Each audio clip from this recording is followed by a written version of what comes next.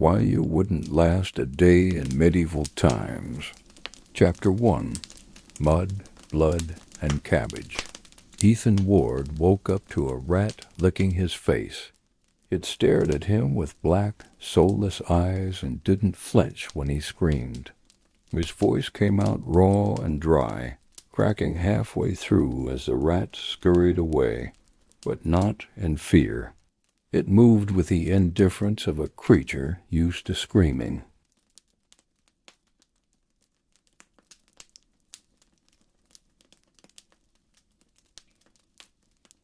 He sat up, spitting mud and something else.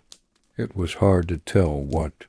Everything smelled like a compost pile had fornicated with a dying cow.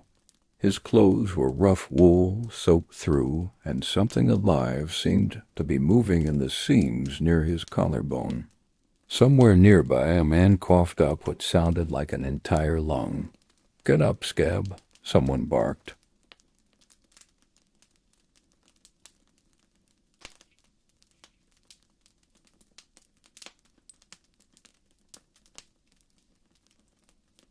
A boot connected with Ethan's side hard.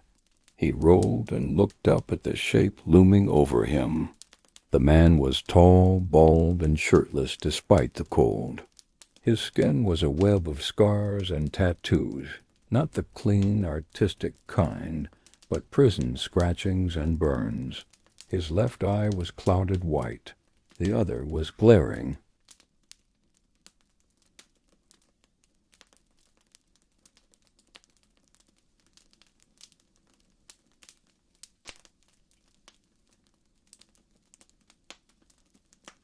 "You sleep past cockcrow again. I'll drag you to the reeve myself. What, where? Wrong answers." The man grabbed him by the front of the tunic and yanked him upright. No talking. Shovels don't talk. Shovels, you dig shit today. Stable trench overflowed. Piss and horse water up to the knee. Hope you're taller than that.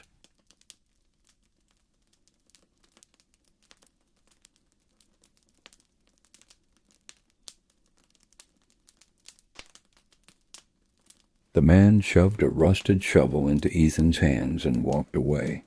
Ethan looked down. His hands were bleeding.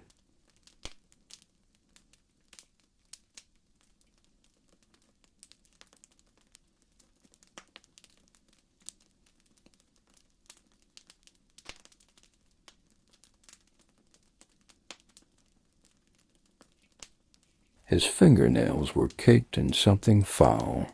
His feet were wrapped in burlap sacks, soaked and freezing.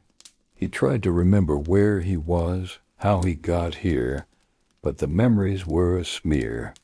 There was something about a screen, a headset, a medieval simulation. Then someone screamed. He turned just in time to see a young boy, no older than 10, being dragged by 2 men in tattered robes toward a wooden platform. The child fought and kicked, shrieking in pure panic.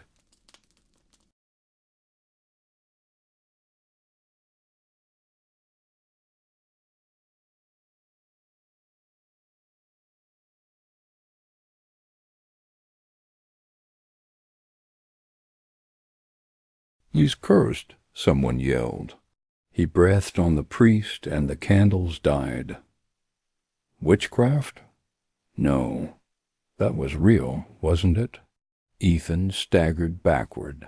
The child was thrown into a cage. People clapped. Someone threw a handful of what looked like old entrails at the boy, and the crowd cheered. Ethan threw up into a ditch.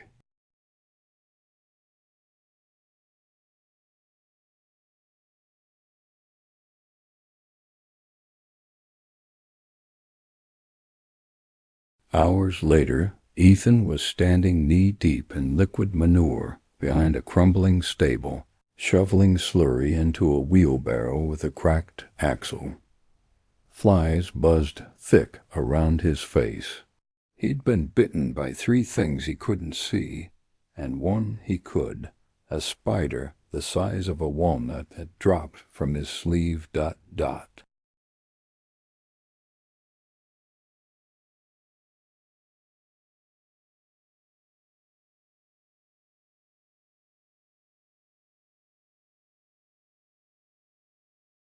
He tried talking to someone, a bent man named Orwick, who may or may not have spoken English.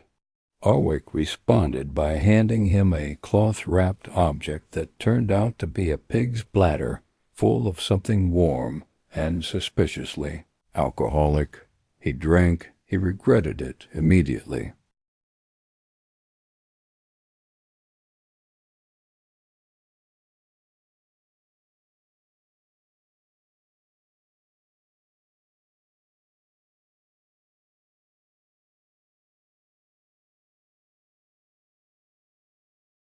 By sundown, Ethan had learned several crucial things about medieval life.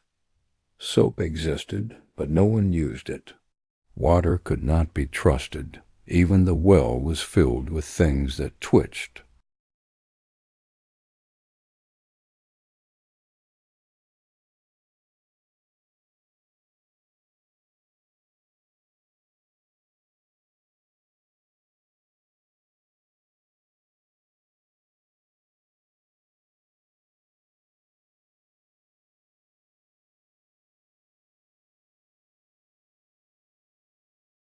People here died constantly.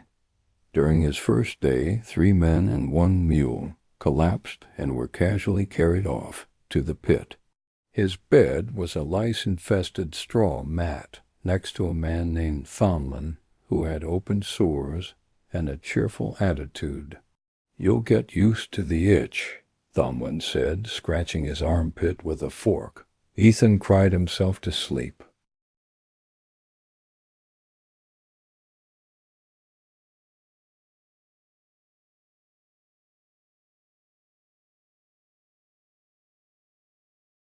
Chapter 2. The Inquisition Needs a Word. Ethan was dragged out of his lice nest before dawn. The bells had not yet rung. The village, or more accurately, the mud-encrusted cluster of hovels, surrounded by pigs and despair, was still asleep. But 2 men in long black robes stood over him, their faces lit by the flicker of a tallow candle. One had a wooden cross slung around his neck. The other held iron manacles. "You," the taller one said, "stand." "I don't even know where I am," Ethan croaked. "Then it's worse than we feared," said the shorter one. They grabbed him.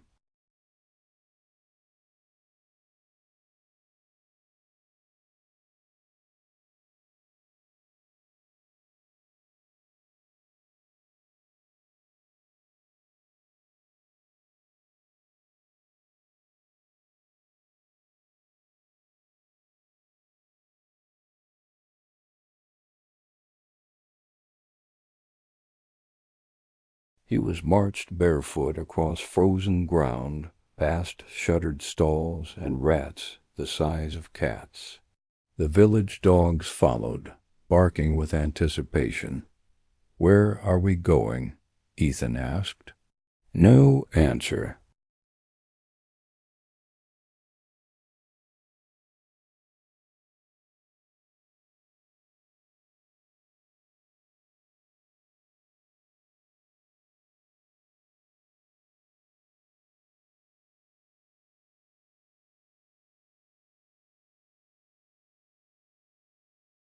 They pushed him through a wooden door with rusty hinges and down stone steps slick with something unidentifiable.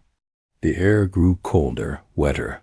The torchlight dimmed as they descended into what Ethan soon recognized, thanks to years of watching historical documentaries on YouTube, as a medieval interrogation chamber, or more precisely, a basement of screaming and despair.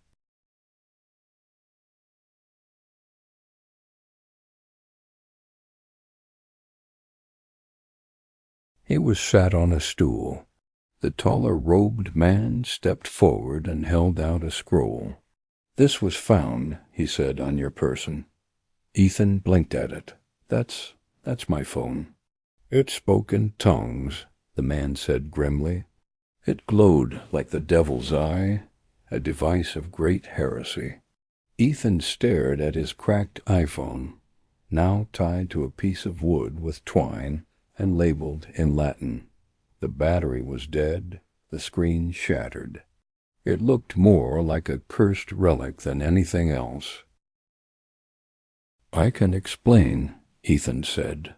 "Then explain this," said the second Inquisitor, throwing down his sock. It was Ethan's sock. A modern sock, polyester blend, machine-stitched. "Devil's weaving," the Inquisitor whispered. A third robed figure entered.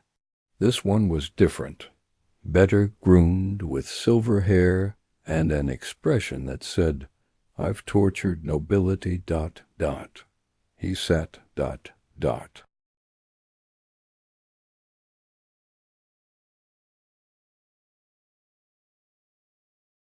"I am Prior Malkin," he said. "You are not from here." "No, I'm not," Ethan admitted. "From where?" "America." The robed men looked at each other. "Is that beyond France?" one asked. "Is it a heresy, a sect?"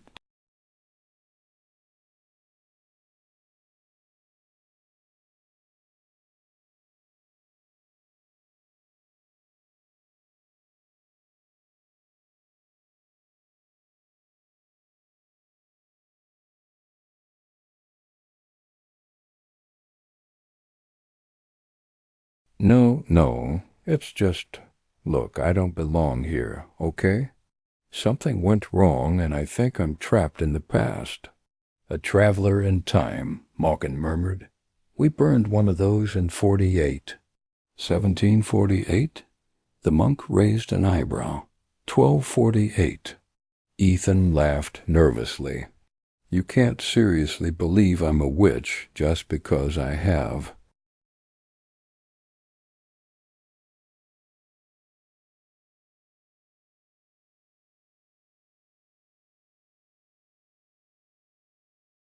He was silenced by the sound of a crank turning. Behind him, a wooden rack groaned to life.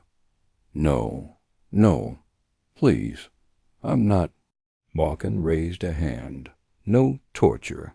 Not yet, but he must be examined. If he bleeds from the left nostril when the relic touches him, he is touched by darkness." "What relic?" Ethan asked.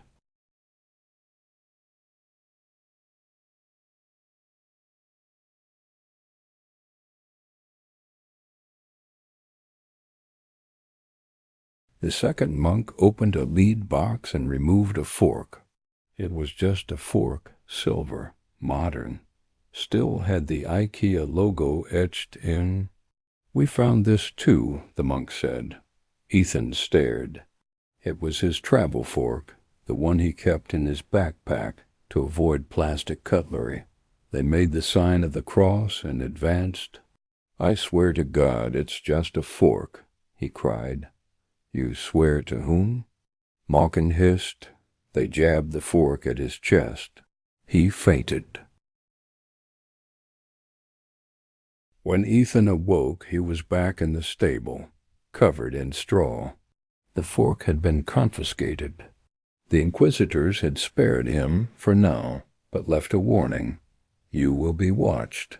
If your shadow grows longer than your body, the fire awaits." Ethan stared at the wall. Outside, a man shouted that a woman had blinked too often and must be drowned. A chicken wandered in and pecked at Ethan's leg. He didn't move.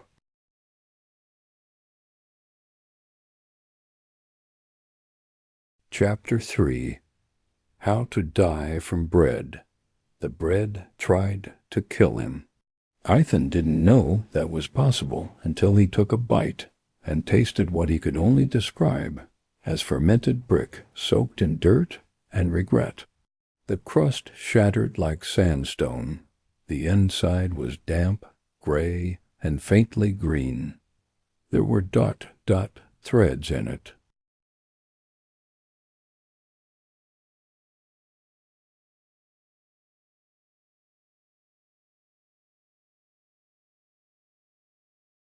Is it supposed to look like that? Ethan asked the toothless woman who handed it to him. Like what? She said, wiping her nose on her sleeve. Like moss is growing inside it. She stared blankly. He held it up. See that? The green stuff?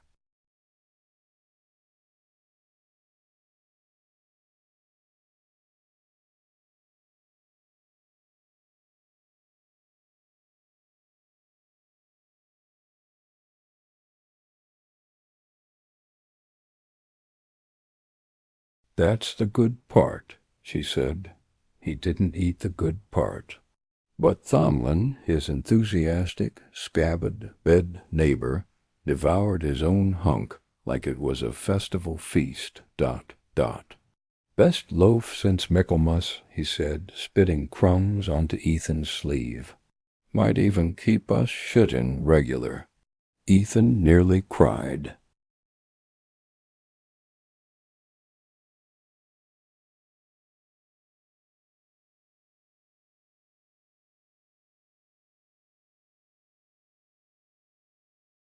That night the pain began.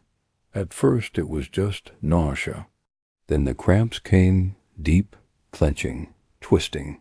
His guts felt like someone had tied them in knots and was slowly tightening the rope. He stumbled outside and vomited behind the stable. Someone applauded from the shadows.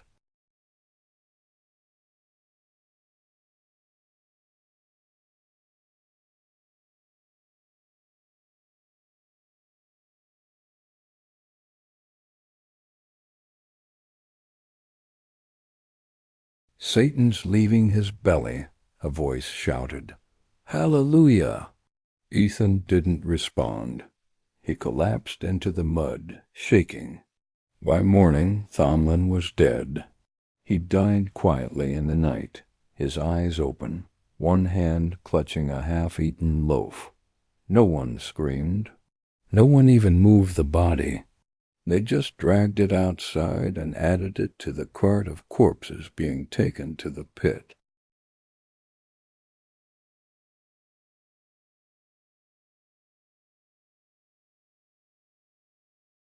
Ethan watched it happen and said nothing.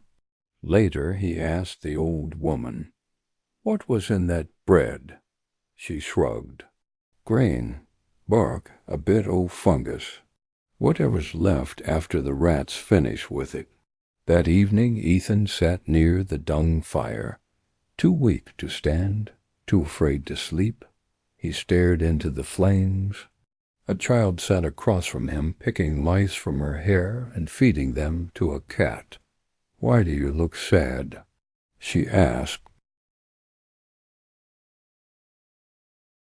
"Because everything here is awful," he said. "Why don't you just die, then?" He blinked. "What?" "That's what my dad did," she said cheerfully. "He sawed off his leg with a shovel and bled to death. Said it was better than another winter." Ethan coughed. The fire sputtered. The lice-picking continued. "I miss the internet," he whispered.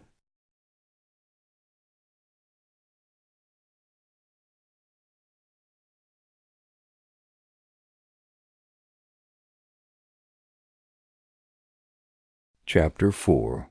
The Latrine and Leech. The village healer was blind in one eye, walked with a limp, and smelled faintly of vinegar and sheep rot. Her hut was filled with drying herbs, pots of bubbling black sludge, and a goat chained to a post. The goat hissed at Ethan. "You're cursed," she said, not looking up from a bowl of something gelatinous. "I have food poisoning." "Same thing." She waved him closer.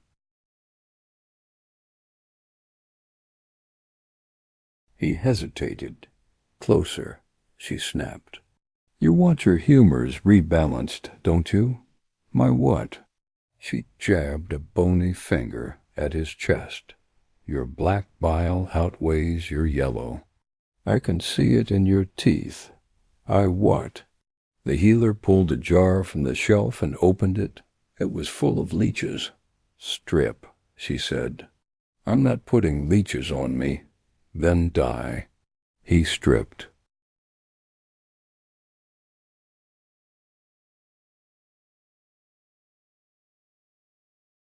The leech therapy was unpleasant. They latched onto his chest, his back, the inside of his thighs. They pulsed as they fed. I think one went up my, he began. Don't fight it, she said. He wept silently while a goat stared at him with what felt like smug disapproval.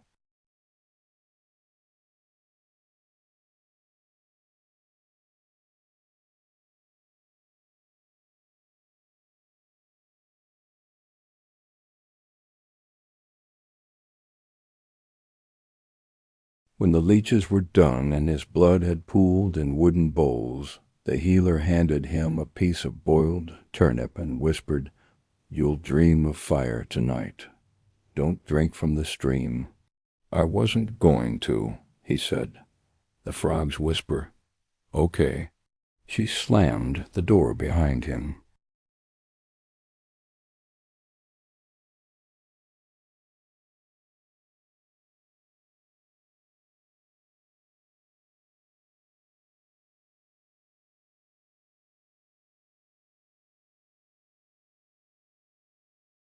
Back at the stable, a priest was blessing the corpse cart with a stick shaped like a finger bone. Someone was screaming about demons again. A man with no legs was playing a bone flute. The dogs were fighting over something that may have been a shoe or a hand.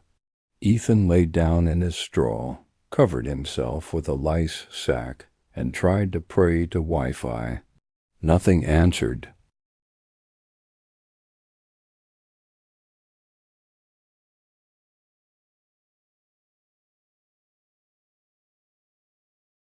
Chapter 5.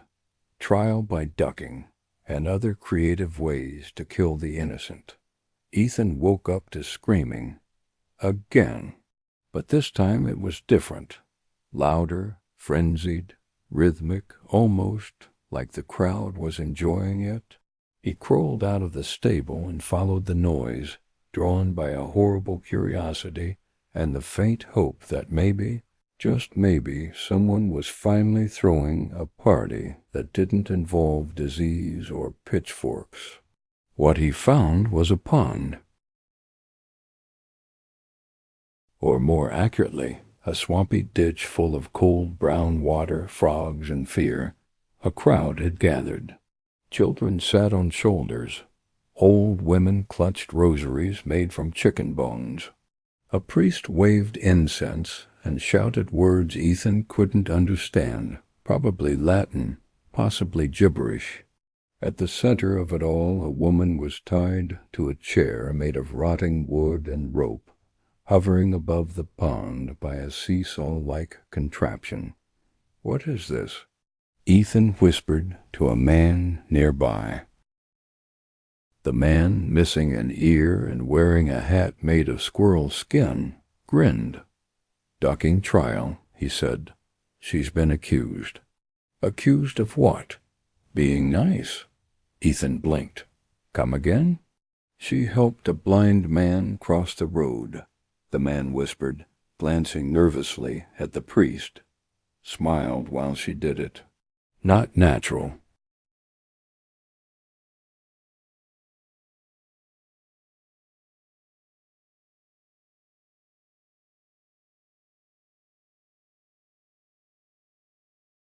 A bell rang. The crowd cheered. The lever was pulled. With a creak and a splash, the woman went under. If she floats, she's a witch, the priest bellowed.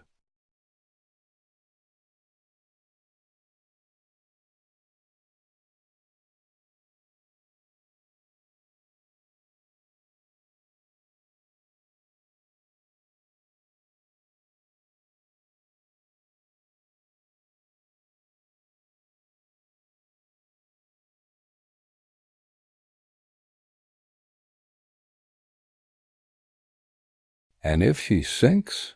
Ethan yelled back, horrified. She's innocent, someone said cheerfully.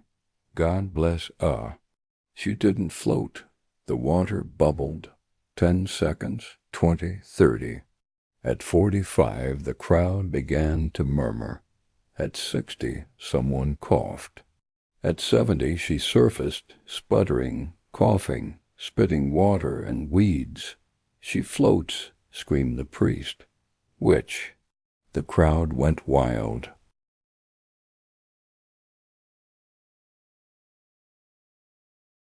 Ethan screamed. She was just drowning. The priest turned to look at him. A silence fell.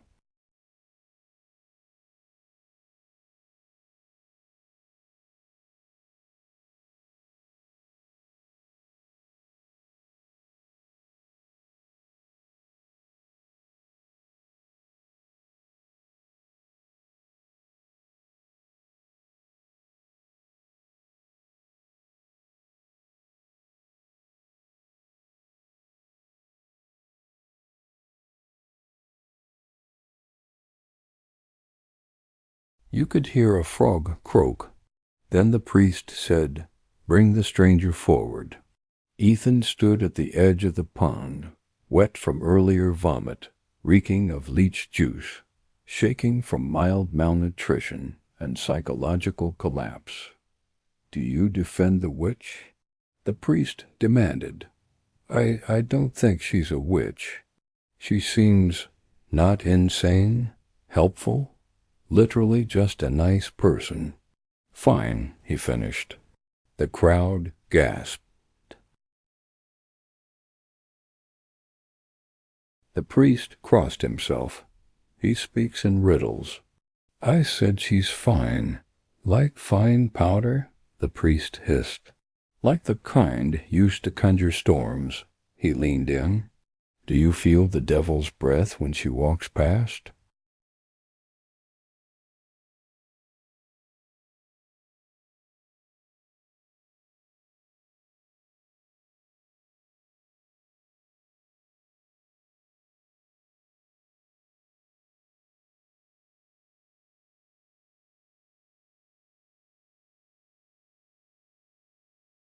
No. Well, maybe a bit. But that was probably the cabbage. The priest pointed at him. He too shall be tested. The crowd roared again. A woman fainted in excitement. A boy offered to tie the ropes. The ducking chair was hastily reset, sloshing and creaking as muddy water poured off the wood. You'll be dunked at dawn, the priest growled. Repair your soul, traveler.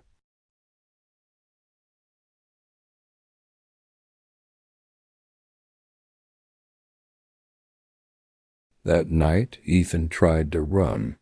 He made it 2 miles before stepping in a bear trap. Apparently, medieval peasants didn't joke around with their Cabbage Patch security, ... He was dragged back through the mud by the same one-eared man who had explained the trial to him. Don't worry, he said, chuckling. If you float, they'll only burn you a little.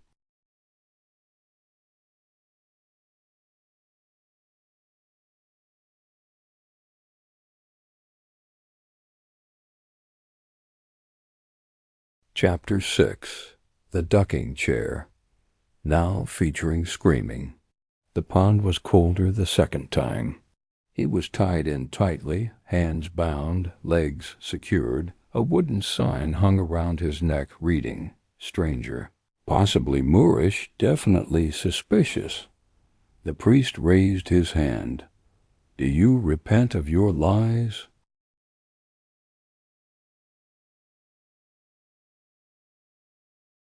Ethan was shivering too hard to speak.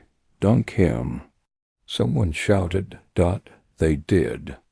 The water slammed him like a punch to the chest. Instant brain freeze. Mud up the nose. A mouthful of frog. He thrashed. The ropes held. His lungs screamed. Time stopped. Then suddenly he was yanked back up, Gasps. He coughed, choked, vomited, and shouted, "I can't swim." The priest leaned forward. Neither could the last one. Down he went again.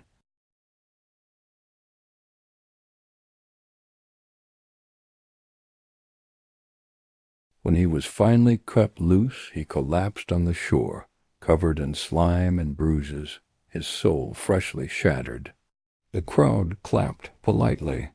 The priest announced, "He drowns too slowly to be a witch, but he's no holy man either. Mark him as suspicious but unconfirmed." They tied a yellow ribbon to his wrist.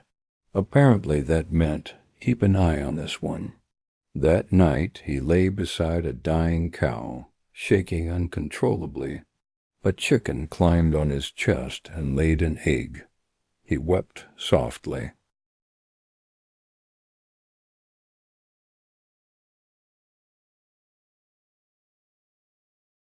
Chapter 7. Medicine is just screaming with herbs. Ethan woke up screaming, not because of pain, though he was in pain, but because someone was already trying to bleed him. Stop, stop.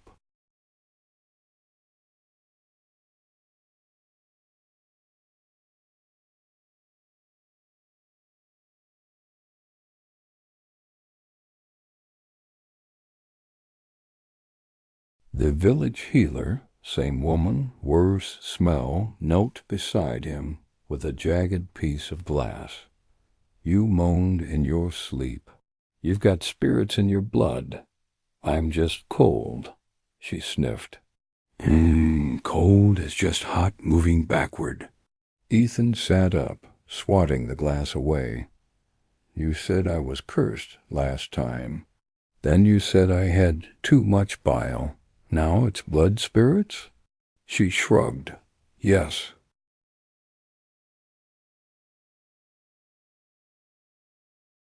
He looked down at his arm. She'd already opened a shallow cut. Blood trickled out into a bowl full of crushed bugs. Drink, she said, handing him a second bowl. What is it? A cleansing draught. He sniffed. It smelled like someone had steeped mushrooms in goat piss and rage.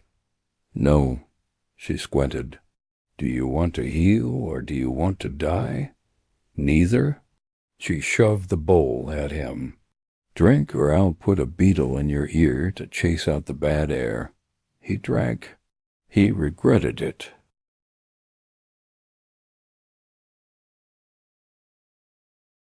Within an hour, he couldn't see color anymore. Everything had gone slightly sideways, like reality was now slanted. The healer danced around a fire, muttering something that sounded like, "O great womb of worms, accept this offering." Ethan lay in the straw, sweating and whispering his Wi-Fi password like a prayer. A monk wandered in and blessed the room with a dried squirrel. No one stopped him. He left just as suddenly. The hallucinations weren't the worst part.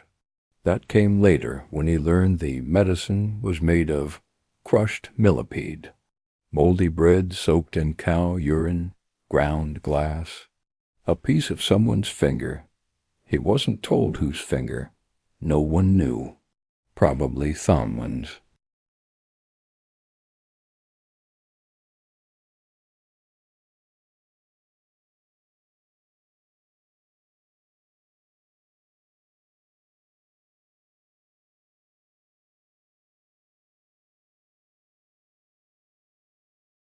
Chapter 8. Your tooth hurts? Let's smash it with a rock. 2 days later, Ethan had a toothache. A bad one. Throbbing. Pulsing. The kind of pain that made blinking feel aggressive.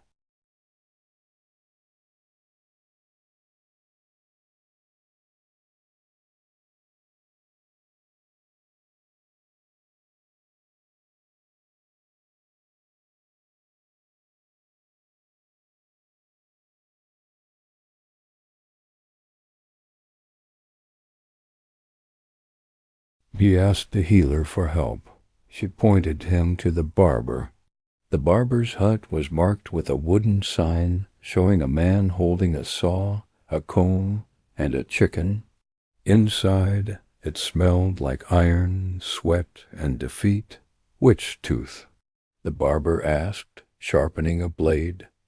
"Back left," Ethan muttered. "But I don't think it needs to be pulled, maybe just—" The barber grabbed a chisel. "I don't think we need to. Open wide. Wait, do you have anesthetic or—" Whack. The pain was cosmic. ... Ethan screamed. A goat outside screamed louder. The barber swung again. Crack. The tooth came out along with part of the gum and, possibly, a small piece of his soul. "Got it," the barber said proudly, holding up a bloody shard like a trophy. Ethan tried to die. He failed. Outside, children gathered to see this screaming foreigner with the hole in his face. One asked if he was part giant. Another asked if he was a demon. The barber waved them off and charged Ethan a silver coin. Ethan gave him a button. The barber seemed satisfied. Chapter 9. You're not dying. You're just alive here.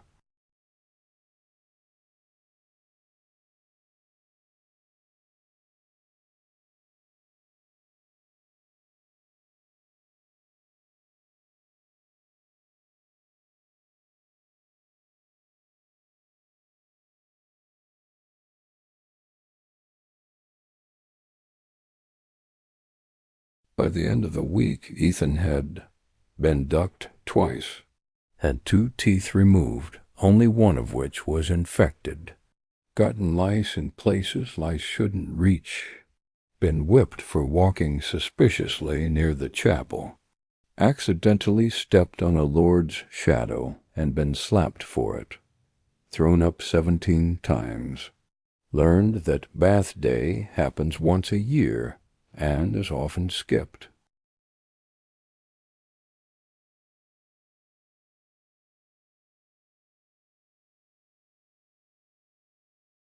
He spent his days scavenging turnips, dodging religious zealots, and crying behind buildings. His dreams were full of YouTube thumbnails and grilled cheese. He began to forget what phones looked like. One night he whispered to the sky, "Google Maps, take me home."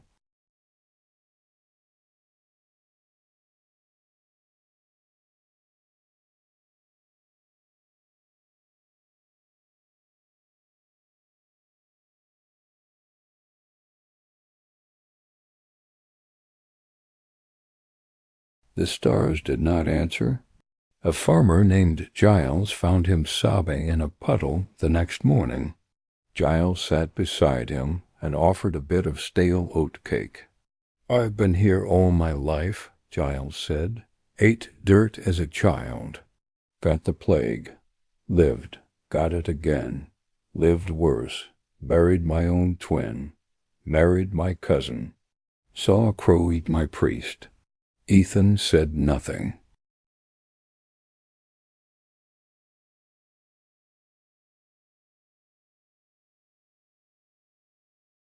Giles continued, chewing slowly. "You ain't cursed, friend. You're just awake. What? You're feeling it all raw. No numb left in you. That's how we all started. Screaming inside. Then you stop screaming. Then you stop caring. Then you learn how to kill a rat with one hand and boil its bones for broth." He patted Ethan on the back. "You'll be just fine." Then he stood up and walked into a swamp. Ethan never saw him again. Chapter 10. Festivals, Fevers, and Accidental Arson. Ethan had begun to accept that he would die in the Middle Ages. Not in a noble way, not in battle or defending the innocent. No, he would die from slipping on goat dung during a famine parade or choking on a poorly made radish. So when the town crier announced there would be a festival, Ethan foolishly felt ... hope.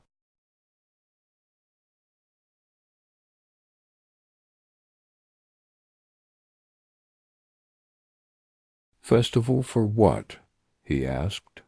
To celebrate the coming summer, the crier said. It's snowing. Aye, but the calendar says it's June.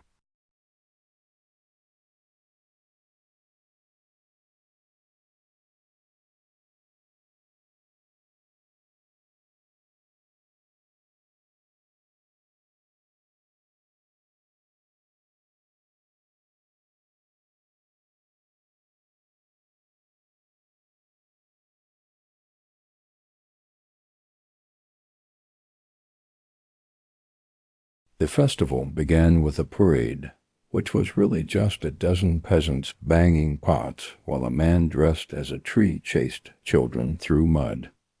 Next came the feast, featuring boiled oats with mystery meat, possibly bird, possibly regret.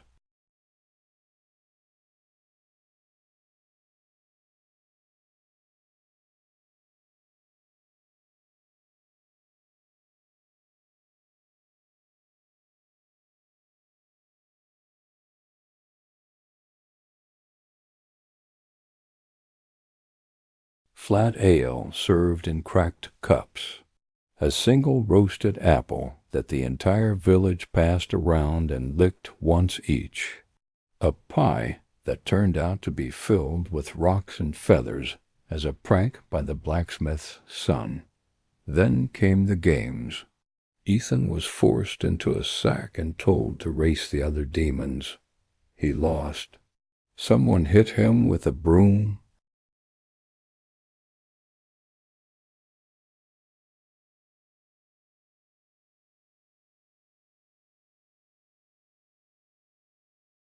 By evening, torches were lit and everyone began dancing, or rather spasming wildly in what Ethan could only assume was a ritual to summon fire gods.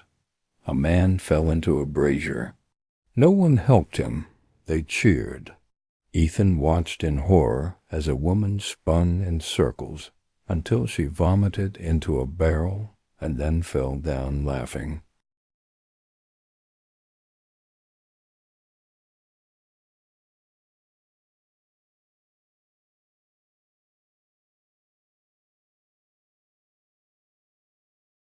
Drink from the barrel, someone shouted. It's blessed now. The priest began chanting in Latin, throwing herbs into the fire and yelling about St. Crispin. The flames roared. Then the hay roof caught.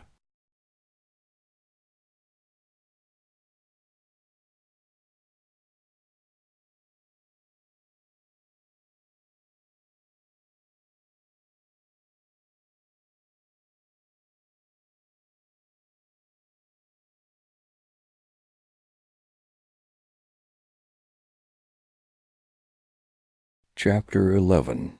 Fire solves nothing except fleas. It spread fast. One spark, two. The whole festival hut. Really just dry straw walls and centuries of flammable dirt went up like a matchstick castle. People screamed.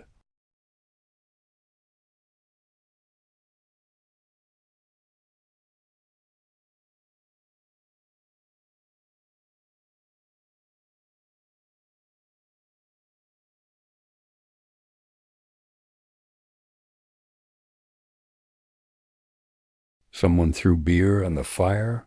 It exploded. Goats fled. Children shouted that the devil had arrived. One boy started waving a chicken as a weapon. The priest tripped and set his robe ablaze. Someone yelled, "It's the foreigner." He brought hell with him. Ethan, covered in soot and surrounded by smoke, did the only logical thing. He ran into the woods and tripped over a pig.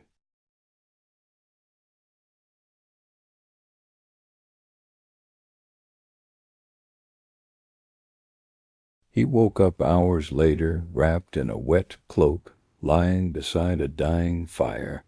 An old man sat nearby roasting mushrooms and muttering to himself in verse. "Who are you?" Ethan asked. The man didn't answer for a long time.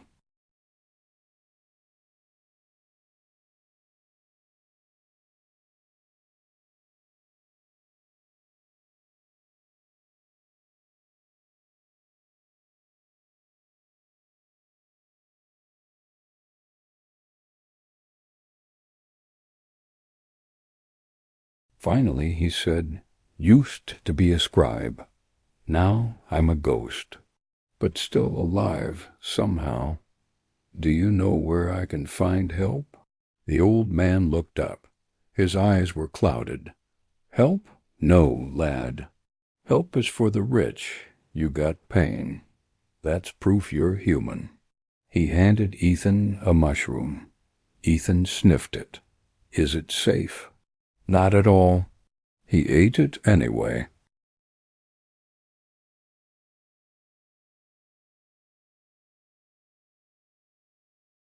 Chapter 12. Fever Dreams and Reality Bites. The mushroom-induced visions. Ethan saw a giant owl wearing a crown made of candle stubs, a screaming wheel made of teeth, a VHS tape of his childhood burning in a medieval fireplace, Thomlin, the dead peasant, riding a skeletal pig and whispering, "The bread was good, wasn't it?" He woke up to the sound of wolves, real wolves, the kind that look at you like you're pre-meal entertainment. The fire was out. The old man was gone. Only a half-bitten mushroom remained, steaming gently in the cold. Ethan grabbed a stick. He didn't know how to fight, but he'd watched Game of Thrones. He yelled and swung wildly, hitting nothing but snow and sadness. The wolves stared, unimpressed. One even looked bored. Then a miracle.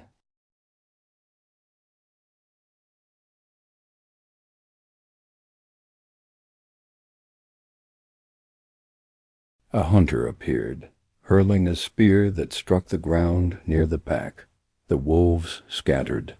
The hunter, a woman wearing furs, mud, and what looked like someone else's teeth around her neck, looked at Ethan. "You scream like a dying goat," she said. Thank you. Come, the forest will eat you slower than I will." He followed her because, honestly, that was the most comforting thing anyone had said to him in days. Chapter 13. The Forest Witch and the Art of Not Dying. The woman didn't speak much. Ethan followed her through twisted trees, over frozen streams, under low-hanging branches covered in what looked suspiciously like teeth. She moved silently, like a ghost with opinions.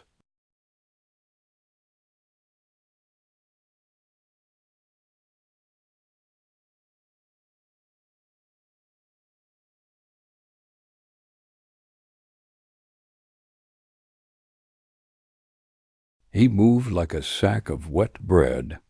Eventually they reached a hut built into the side of a hill, moss-covered, half-sunken, and definitely alive. It breathed when the wind hit it right. "You live here?" Ethan asked. She gave him a look that said, "I don't live, I endure."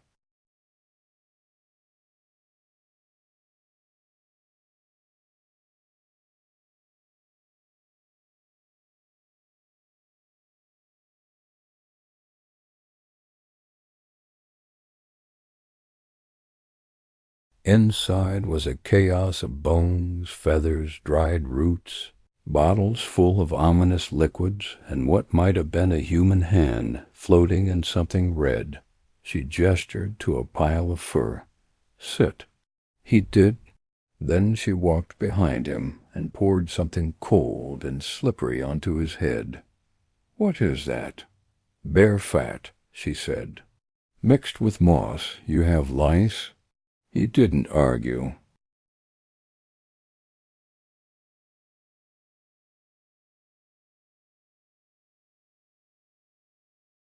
Her name was Mara, though she said it like a warning. She spoke to plants, rarely blinked, and once stopped mid-sentence to hiss at a squirrel. She told him things like, "The moon is pregnant, that's why the wolves howl. Don't eat anything with more than one color. If you hear a flute at night, run. That's not music, that's hunger." Ethan began to suspect she might be the sanest person he'd met.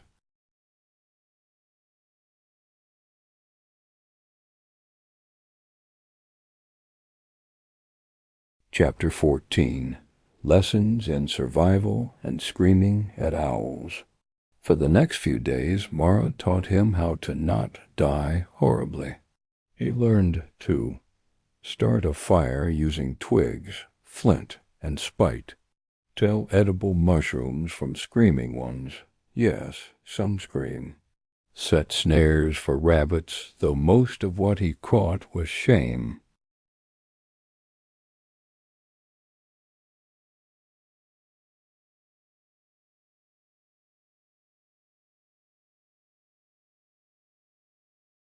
Carve bone tools that worked better than your soft city fingers ever will. Boil water until it stopped looking haunted. He still bathed once a week, and only under her glare. At night they huddled near the fire while the forest whispered outside. Once something large brushed against the wall. Mara calmly threw salt at it. It didn't come back. One night Ethan asked, "Are you a witch?" She stared into the fire. If a man calls you a witch, he's afraid of you. If a woman calls you one, she wants your secrets. He swallowed. So? "Yes, I'm alive," she said. "That's magic enough." Chapter 15. Villagers, torches, and the usual nonsense. Word spread. It always did. A stranger had survived the fire. He lived in the forest. With her, that was enough. One morning they heard bells. Then hooves.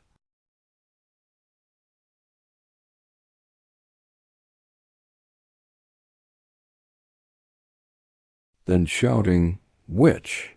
Devil's man!" I saw him kiss a tree. Mara sighed.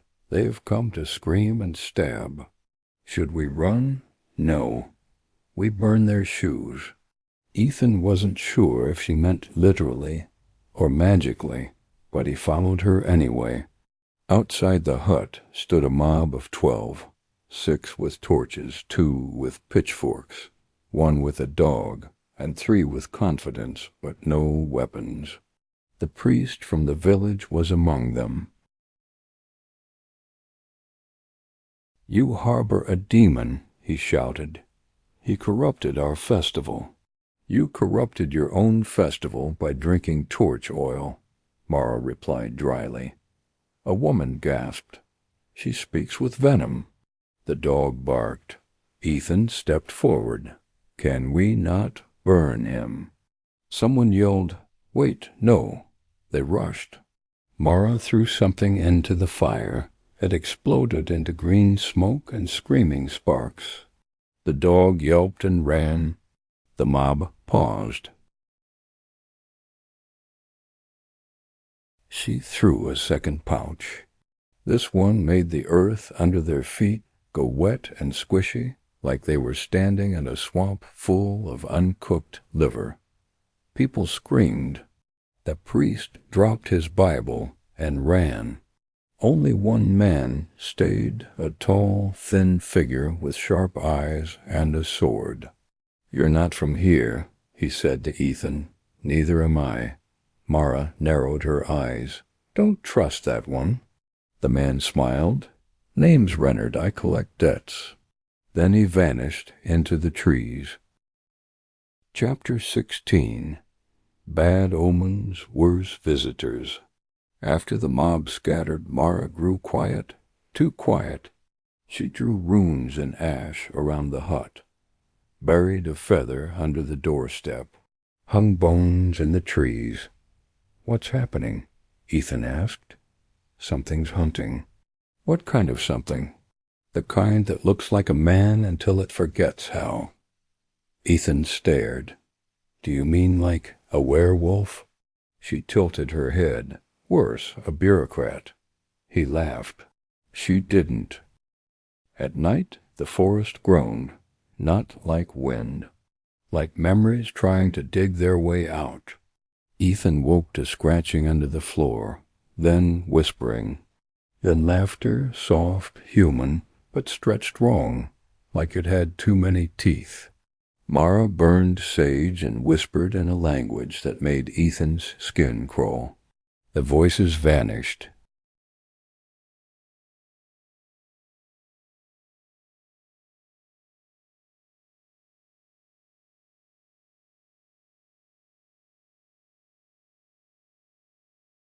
She turned to him, pale and shaking. "You're marked now. The veil knows you." Ethan sat silently.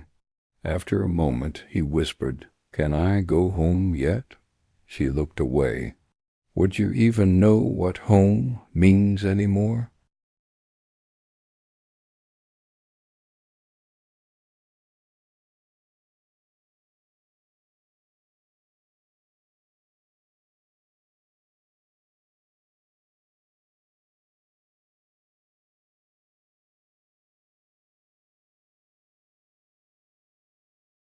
Chapter 17.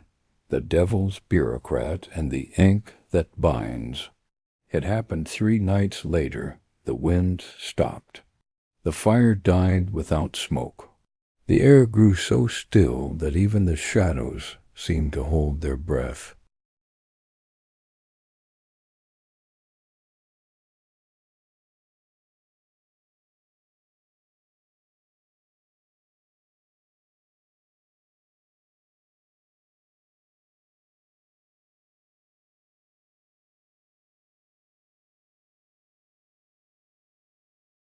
And then he knocked. Not on the door. The air outside knocked. 3 cold raps, slow and final, like nails on a coffin lid. Mara stood instantly. "He's here." "Who?" She didn't answer.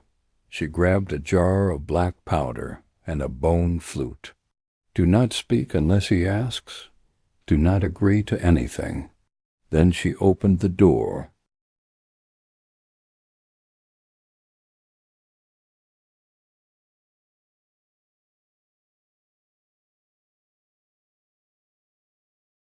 He stood tall, clean, not a speck of mud on his boots.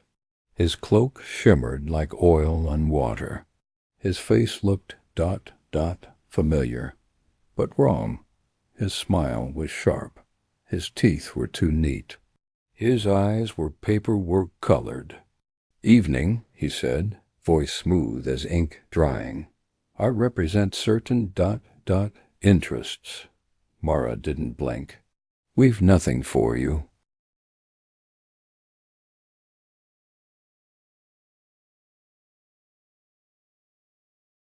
"I believe the foreigner does." Ethan felt cold grip his spine. "Me?" "Yes." The man stepped forward.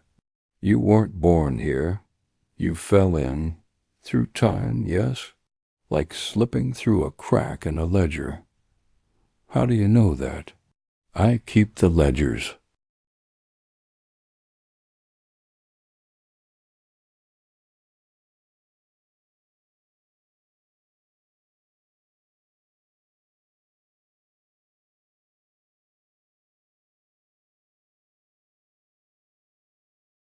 He pulled a scroll from his cloak, unrolled it. It unspooled farther than physics should allow. "Ethan of Los Angeles. Born 1995. fell through breach point E12 beta during dream state collapse. Arrival classified as soft entry, Sol, unregistered. Technically ... illegal. Ethan blinked. Illegal? The man nodded. You're off book, unscheduled, and worst of all, unaccounted for. He tapped the scroll, which means I have two options. Let me go, Ethan offered, hopeful. The man smiled wider. No, I audit you.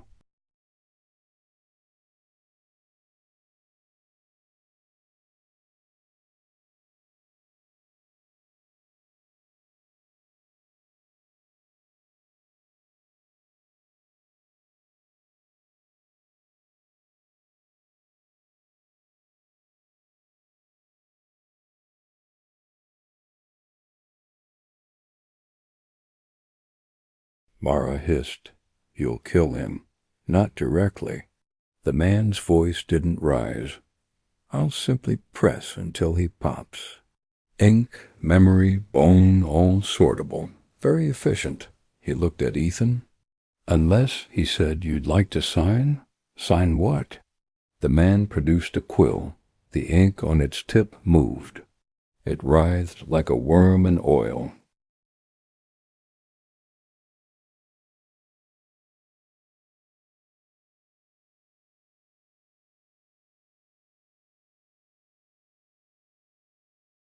I offer you one mercy, a contract. Signed in blood, sealed in memory, you'll return to your time, free and clear. No recollection, clean slate. Ethan stared, then at Mara, then at the quill.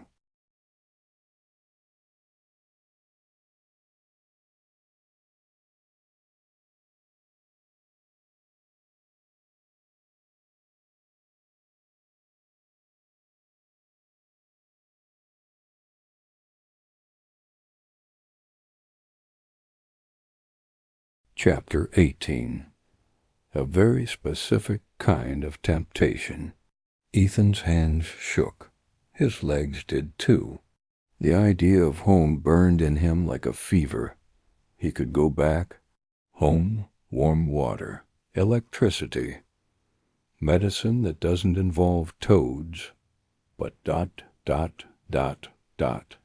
He remembered Giles the farmer. He remembered Thomlin. He remembered the screaming bread barrel.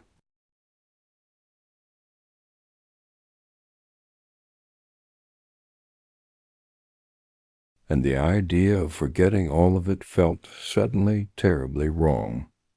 You'll wipe my memory? Every splinter. And everyone here? The man's smile dimmed. They're not part of your story. But they are now, Ethan whispered. He lowered the quill. No.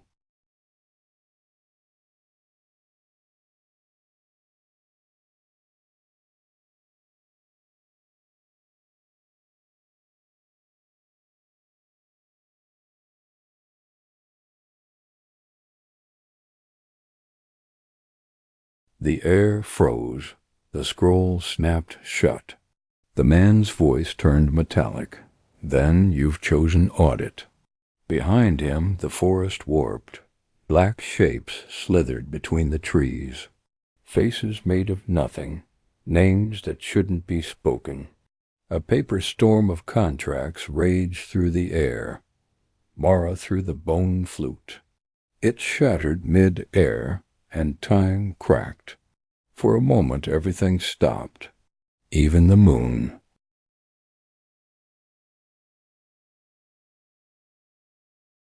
She screamed, "Run!" Ethan ran. Through the door, through the woods, past whispering trees and flickering memories. The world bent, the ground bled, the stars spun like dying embers. He ran until he couldn't breathe. Then, finally, silence. Chapter 19. Between the pages of the world. He found himself in a clearing, or maybe a hole in the story. There was no sound, no scent, no feeling, just presence. A voice spoke, not from outside, from inside his skull. You've seen too much. He looked around. What are you? A reader, like you. I'm not a reader. Then why are you still alive? Ethan didn't answer. The voice shifted, grew closer. The world you knew was thin. This one is thick, heavy, full of screams. It sticks to you. I didn't ask to come here. No one does. But once you're read by the world, it keeps you. You're part of its margins now.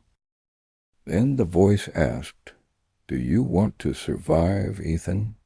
Truly survive? He hesitated. Yes.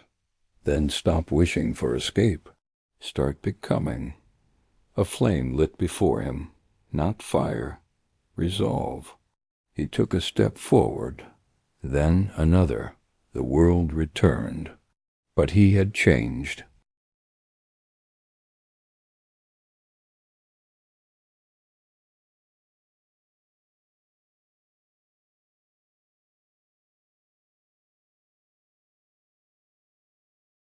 Chapter 20. The Hunter Returns. When Ethan reached the hut again, it was burned. Charred bones lay in the snow. Feathers drifted, symbols melted, but no Mara. Only her flute, whole again, lay untouched at the edge of the ash. He picked it up.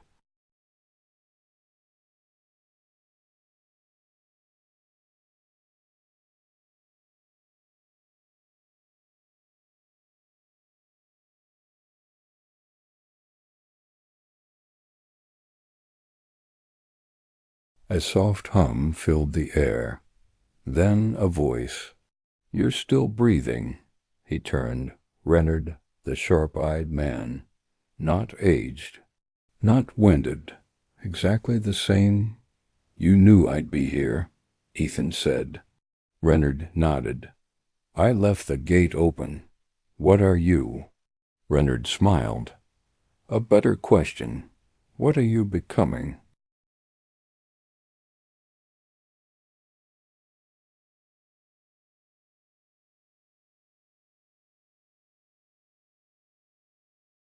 Ethan's hand clenched around the flute. He didn't feel weak anymore. He felt stitched together by nightmare and choice. Let's find Mara, he said. Reynard tilted his head. And when we do, we burn their ledgers. Good. They vanished into the trees.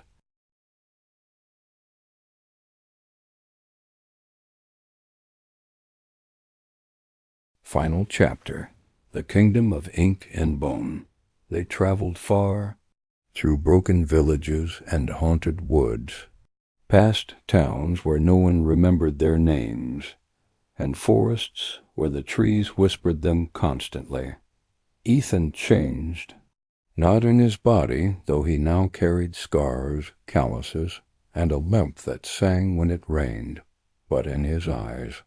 He no longer flinched at the sight of blood, nor trusted things that were too clean, too easy.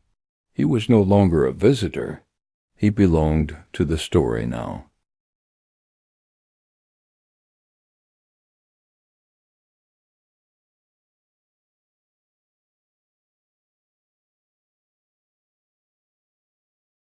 They found Mara in the library beneath the world, a place no map showed. A ruin stitched from centuries, hidden beneath a ruined abbey, guarded by a dead man who read only dreams. She stood beneath a ceiling of teeth and chandeliers made of antlers, alive but diminished, as if memory itself had begun erasing her. I knew you'd come, she said softly, voice like winter smoke. I brought your flute. She smiled just a little. Then it's not too late. Together they descended to the heart of the library, where the Ledger of Worlds was kept, a living book that recorded every story, every person, every breach in time. Its pages turned without hands. Ink flowed like blood. At the center sat the bureaucrat.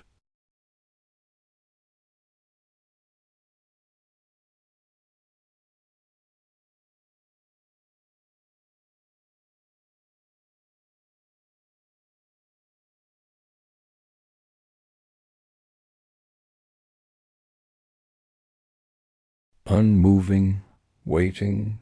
"I thought we ended this," Ethan said. The bureaucrat didn't blink. "You never end a contract. You only negotiate a new one." Mara stepped forward. "We're not here to bargain." Leonard smiled from the shadows. "We're here to rewrite."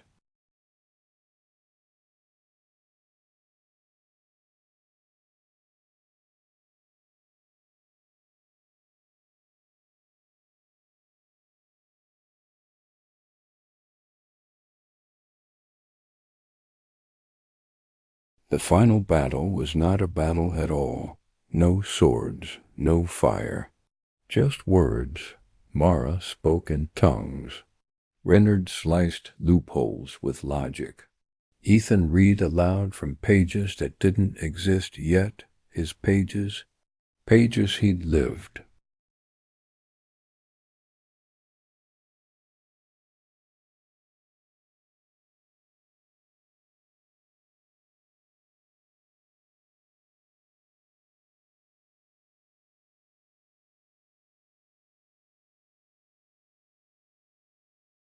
The bread, the wolves, the ink, the green smoke. Foundling. The pain. Every moment he'd suffered became a paragraph. Every scream a sentence. Every injustice a line in the rebellion. And when he was done, the ledger blinked. It paused. Then it turned one last page and closed.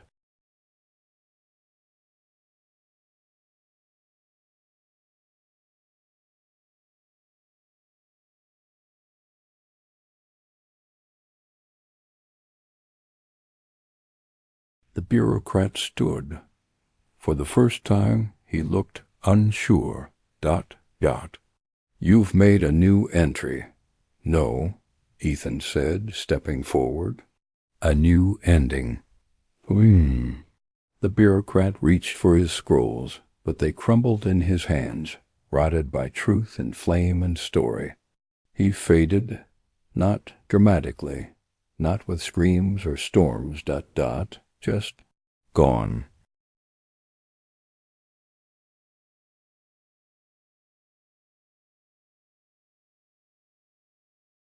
Epilogue. The boy who fell through time. Years passed. The plague came and went. Kings rose and died. But legend spread of a man who came from no village, who walked with witches and danced with wolves, who fought not with swords, but with memory. Some said he was a prophet, others a demon. A few said he'd never existed at all. Only Mara knew better. Only Reynard smiled when his name was spoken. One night, deep in the woods, beside a fire of violet flame, Mara looked up at Ethan and asked, "Do you still miss it? Your old world?" He thought for a long time. "Sometimes," he said, "but not enough to leave this one unwritten." And far beneath the soil, beneath forgotten abbeys and ruined towns, a new book grew where the ledger once lay. Its cover was blank, its pages open, waiting for the next fool, for the next story, for the next reader end.